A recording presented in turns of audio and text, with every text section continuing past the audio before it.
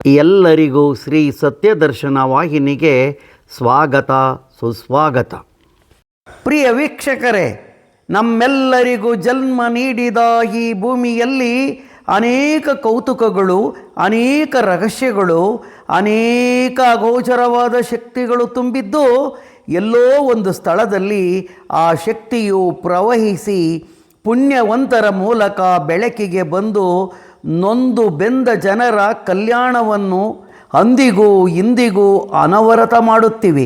ಅಂತಹ ಒಂದು ಪವಾಡ ಕ್ಷೇತ್ರದ ಬಗ್ಗೆ ಇಂದು ತಿಳಿಯೋಣ ಬನ್ನಿ. ಸರಿ ಸುಮಾರು 800 ವರ್ಷಗಳ ಹಿಂದೆ ಈ ಊರಿನಲ್ಲಿ ಆದಿಶಕ್ತಿಯ ಭಕ್ತರಾದ ಒಬ್ಬರು ಸುಪ್ರಸಿದ್ಧರಾದಂಥ ರಾಯಪ್ಪನೆಂಬ ವಿಜಯನಗರದ ಅರಸರ ದಳಪತಿಯೂ ಇದ್ದರು. ಇವರು ಎಲ್ಲ ಕಡೆಯೂ ಸಂಚಾರ ಮಾಡುತ್ತಿದ್ದರು. ಹೀಗಿರುವಾಗ ಒಂದು ದಿನ ಎತ್ತಿನ ಗಾಡಿಯಲ್ಲಿ ಬರುವಾಗ ಕತ್ತಲಾಗುತ್ತದೆ. ರಾತ್ರಿ ವೇಳೆಯಾಗಿದ್ದು ಹೀಗೆ ಕೆಲವು ಮೈಲಿ ದೂರ ಬಂದಾಗ ಎತ್ತಿನ ಗಾಡಿಯು ಮುಂದೆ ಹೋಗದೆ ನಿಂತು ಹೋಗುತ್ತದೆ. ಗಾಡಿಯನ್ನು ಹೊತ್ತ ಎತ್ತುಗಳು ಕಂಗಾಲಾಗಿ ನಿಂತು ಬಿಡುತ್ತವೆ. ಬಂಡಿ ಓಡಿಸುತ್ತಿದ್ದವನು ಎತ್ತುಗಳಿಗೆ ಚಾಟಿಯಿಂದ ಹೊಡೆಯುತ್ತಾನೆ. ಎತ್ತುಗಳು ಚಲಿಸಲು ಶಕ್ತಿ ಇಲ್ಲದೆ ಅಲ್ಲೇ ಹಾಗೆ ನಿಂತು ಬಿಡುತ್ತವೆ. ಆಗ ರಾಯಪ್ಪನವರು ಗಾಡಿಯನ್ನು ಓಡಿಸುತ್ತಿದ್ದ ಗಾಡಿಯವನನ್ನು ಏನಾಯಿತೆಂದು ಕೇಳುತ್ತಾರೆ. ಗಾಡಿಯನ್ನು ಓಡಿಸುವವನು ಗಾಡಿ ಮುಂದಕ್ಕೆ ಹೋಗುತ್ತಿಲ್ಲವೆಂದು, ಎತ್ತುಗಳು ಹಾಗೆ ನಿಂತು ಬಿಟ್ಟಿವೆ, ಚಕ್ರಗಳು ಉರುಳುತ್ತಿಲ್ಲವೆಂದು ಹೇಳುತ್ತಾನೆ. ಆಗ ರಾಯಪ್ಪನವರು ಆದಿಶಕ್ತಿಯ ಧ್ಯಾನವನ್ನು ಮಾಡುತ್ತಾ ರಾತ್ರಿ ಕಾಲು ನಡಿಗೆಯಲ್ಲಿ ಹತ್ತಿರದಲ್ಲೇ ಇದ್ದ ತಮ್ಮ ಊರಿಗೆ ಬರುತ್ತಾರೆ.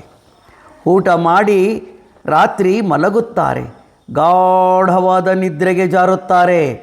ಆಗ ಅವರಿಗೆ ಕನಸಿನಲ್ಲಿ ಆದಿಶಕ್ತಿಯು ಬಂದು, ಪ್ರಿಯ ಭಕ್ತನೇ, ನಾನು ನಿನ್ನ ಗಾಡಿಯು ನಿಂತ ಜಾಗದಲ್ಲಿ ಕಲ್ಲಿನ ರೂಪದಲ್ಲಿ ಉದ್ಭವ ಮೂರ್ತಿಯಾಗಿ ಕೆಂಪಮ್ಮ ದೇವಿಯಾಗಿ ನೆಲೆ ನಿಂತಿದ್ದೇನೆ.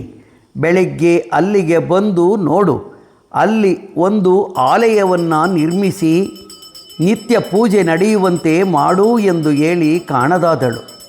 ಬೆಳಗ್ಗೆ ರಾಯಪ್ಪನು ಗಾಡಿ ನಿಂತ ಜಾಗಕ್ಕೆ ಹೋಗಿ ನೋಡುತ್ತಾನೆ. ಅಲ್ಲಿ ಸುಮಾರು 2 ರಿಂದ 2.5 ಅಡಿಯ ಕಲ್ಲೊಂದು ಕಾಣುತ್ತದೆ. ಕೂಡಲೇ ಆದಿಶಕ್ತಿಯನ್ನು ಪ್ರಾರ್ಥಿಸುತ್ತಾನೆ. ಚಲಿಸದೆ ನಿಂತ ಗಾಡಿ ಓಡಿಸುವವನು ಓಡಿಸಿಕೊಂಡು ಹೋಗುತ್ತಾನೆ. ರಾಯಪ್ಪನವರು ಅಲ್ಲಿ ಸಣ್ಣ ದೇವಾಲಯವನ್ನು ಕಟ್ಟಿಸುತ್ತಾರೆ. ಹಾಗೂ ಸಕಲ ರೀತಿಯಿಂದಲೂ ಪ್ರತಿನಿತ್ಯ ಪೂಜೆ ನಡೆಯಲು ವ್ಯವಸ್ಥೆಯನ್ನೂ ಮಾಡುತ್ತಾರೆ. ಆ ಆದಿಶಕ್ತಿ ನೆಲೆ ನಿಂತ ಜಾಗ ಒಂದು ಭತ್ತ ಬೆಳೆಯುವ ಗದ್ದೆಯಾಗಿತ್ತು. ಆ ಜಾಗದಲ್ಲಿ ತಾಯಿಯು ನೆಲೆ ನಿಂತಿದ್ದರಿಂದ ಶ್ರೀ ಆದಿಶಕ್ತಿ ಗದ್ದೆ ಕೆಂಪಮ್ಮ ದೇವಿ ಎಂದು ಅಂದಿಗೂ ಇಂದಿಗೂ ಕರೆಯುತ್ತಾರೆ.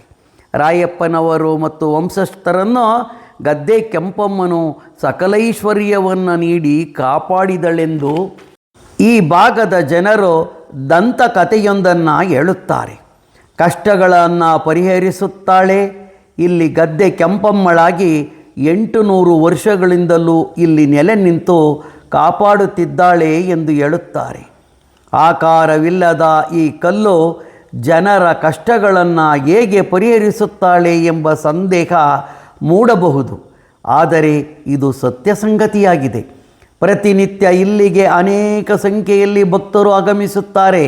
ಭಕ್ತಿಯಿಂದ ಕೆಂಪಮ್ಮ ತಾಯಿಯೇ ನಮ್ಮನ್ನು ಕಾಪಾಡು ಎಂದು ಮೊರೆ ಹೋಗುತ್ತಾರೆ.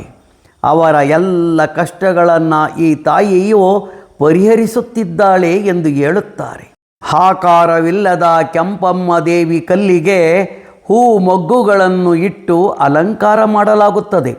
ಭಕ್ತಾದಿಗಳು ಬಂದು ಹರಕೆ ಮಾಡಿಕೊಂಡು ಅಪ್ಪಣೆ ಪ್ರಸಾದವನ್ನು ಕೇಳುತ್ತಾರೆ. ಅವರ ಕೆಲಸವಾಗುವುದಾದರೆ ಬಲಭಾಗದಿಂದ ತಟ್ಟನೆ ಮೊಗ್ಗಿನ ಪ್ರಸಾದವಾಗುತ್ತದೆ. ಕೆಲಸ ಆಗುವುದಿಲ್ಲವಾದರೆ ಎಡಭಾಗದಿಂದ ಪ್ರಸಾದವಾಗುತ್ತದೆ. ಇಲ್ಲಿಗೆ ಪ್ರತಿನಿತ್ಯ ಕಷ್ಟ ಪರಿಹಾರಕ್ಕಾಗಿ ಭಕ್ತರು ಬರುತ್ತಾರೆ. ಕುರಿ, ಕೋಳಿ ಹೀಗೆ ಪ್ರಾಣಿ ಪಕ್ಷಿ ಬಲಿ ಕೊಡಲು ಹರಕೆ ಮಾಡಿಕೊಂಡು ಪ್ರಸಾದ ಕೇಳುತ್ತಾರೆ.